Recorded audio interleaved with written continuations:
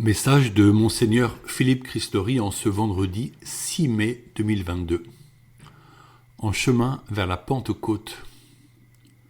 La vie chrétienne consiste à demeurer en relation avec le Saint-Esprit, cœur à cœur, pour entendre ses motions. Sans cela, notre religion est réduite à des habitudes, à de la morale et à un certain conformisme sans évangélisation et sans joie spirituelle. La joie authentique vient chez le chrétien quand son âme, intimement unie à Jésus-Christ, vit tournée vers les autres en recherche de Dieu. Une expérience missionnaire ne pourrait-elle pas consister à témoigner à une personne non croyante du merveilleux cadeau qu'est la foi ? L'Église a traversé 2 millénaires et s'est déployée en tout lieu parce que les saints et les saintes ont été passionnés par le Seigneur, se sont offerts corps et âme en vue de la mission et surtout se sont soumis aux appels de l'Esprit pour ouvrir des chemins nouveaux afin que la parole du salut soit annoncée. En cette année 2022, le temps pascal est libéré des contraintes sanitaires. Nous pourrions donc penser célébrer les sacrements et vivre notre foi comme avant, nous réinstaller dans nos anciennes habitudes pastorales. Ce serait une tentation et une véritable erreur. Car c'est maintenant le temps de nous mettre ensemble à l'écoute, de prier et de méditer la parole de Dieu. La situation politique du pays oblige à nous interroger sur la pertinence de nos activités, car il y a urgence à témoigner. La question à nous poser n'est-elle pas « Que veux-tu, Seigneur, pour ton Église ?» Comment être prophétique et catholique dans une société qui ignore la Bible, qui renvoie la vie spirituelle à la sphère privée, qui veut mettre la main sur la vie et la traiter comme une chose, qui favorise la surconsommation des biens pour alimenter la croissance économique, qui ne fait pas les choix radicaux face au changement climatique.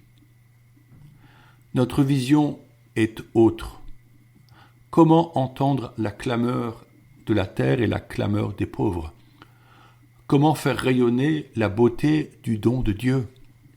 Comment consoler tant de personnes en détresse ? Sans omettre les questions climatiques que le pape François a commentées dans son texte indémodable Laudato Si. Comment nos communautés ecclésiales peuvent-elles être vertueuses pour la défense de la vie, la fraternité et la protection de la maison commune, notre terre ? La résurrection du Christ apporte une espérance. Dieu nous accompagne et donc nous ne sommes pas seuls. C'est pourquoi j'aimerais vous proposer, à travers mes prochains messages, quelques réflexions sur les dons et les charismes communiqués par le Saint-Esprit. Cela nous aidera à vivre dans sa puissance et sous sa conduite. En effet, nous ne devons pas rester immobiles en nous contentant de ce qui est, mais bien apporter nos talents en vue du bien commun et en soutien de la mission de l'Église. Le prophète Isaïe, qui a écrit un très long livre biblique vers le VIe siècle avant Jésus-Christ, rapporte les dures conditions de l'exil à Babylone pour tout le peuple hébreu déporté par les Babyloniens. Isaïe annonce le Messie qui viendra donner la vie, guérir, rendre la vue et l'ouïe, soulager, libérer les hommes de leur prison. Il parle de l'Esprit qui communique ses dons. Citons ce passage de sa prophétie. Un rameau sortira de la souche de Jessé, père de David. Un rejeton jaillira de ses racines. Sur lui reposera l'Esprit du Seigneur, esprit de sagesse et de discernement, esprit de conseil et de force, esprit de connaissance et de crainte du Seigneur, qui lui inspirera la crainte du Seigneur. Isaïe 11 au verset 1-3. Ce texte nous donne 7 dons. En réalité, il nomme successivement la sagesse, le discernement, le conseil, la force, la connaissance et la crainte, cités 2 fois. Ce don peut être vu comme le don de la piété. Aux enfants qui préparent leur confirmation, nous les présentons comme les voiles d'un navire, image de l'Église, voguant sur les flots tumultueux de la société, voiles gonflées par le vent, symbole du souffle du Saint-Esprit. L'Esprit pousse l'Église qui navigue vers son avenir. Il est souvent difficile de saisir le sens des 7 dons, car notre compréhension de ces mots diffère en langage courant. Je vous propose de m'y essayer pour que cela soit plus familier. Le don de sagesse peut être compris lorsque nous regardons la Vierge Marie portant l'enfant Jésus sur ses genoux comme au tympan droit du portail royal de Chartres. Nous l'appelons Marie, trône de la sagesse. Ici, Jésus est la sagesse, verbe divin. La sagesse élève nos regards et ordonne notre amour vers les réalités visibles comme les célestes. Ce don de sagesse fait croître notre ressemblance avec Dieu en soutenant notre amour. Le don d'intelligence ou de discernement nous permet d'appréhender les vérités de la foi qui s'en trouvent renforcées. En ce temps pascal, nous comprenons ainsi pourquoi Jésus est mort et ressuscité. Notre louange et notre admiration n'en sont que plus vraies et fortes, car elles sont fondées dans la compréhension de ces vérités. Le don de conseil nous porte à conduire nos actions vers ce qui est le meilleur en regard de l'amour que Dieu nous porte. Ainsi nous célébrons sa gloire. Nous agissons en vue du bien de tous, pour notre salut et celui du monde. Ce don stimule notre charité concrète, renforce le goût d'aider les autres, invite à être missionnaire pour révéler les bontés du Seigneur.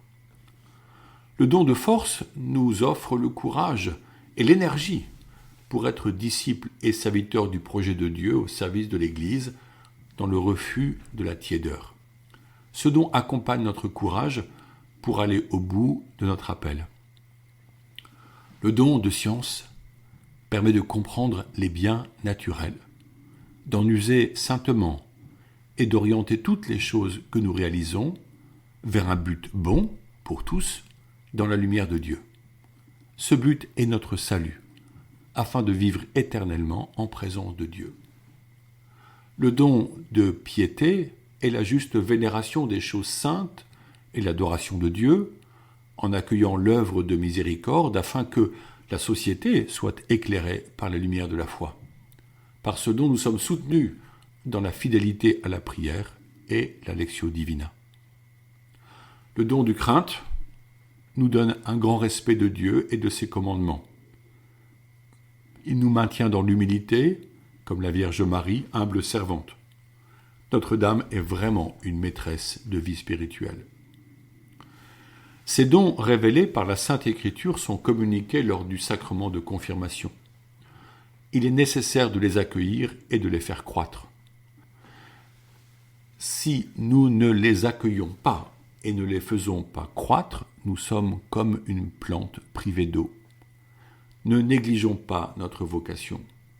Invoquons quotidiennement le Saint-Esprit par des prières personnelles et des chants d'invocation. Persévérons avec courage et abnégation. Notre société peut être divisée, cependant, nous nous offrons à la miséricorde de Dieu pour être unis en lui et vivre de ses dons. Notre vocation nous demande un engagement fort, loin de toute tiédeur.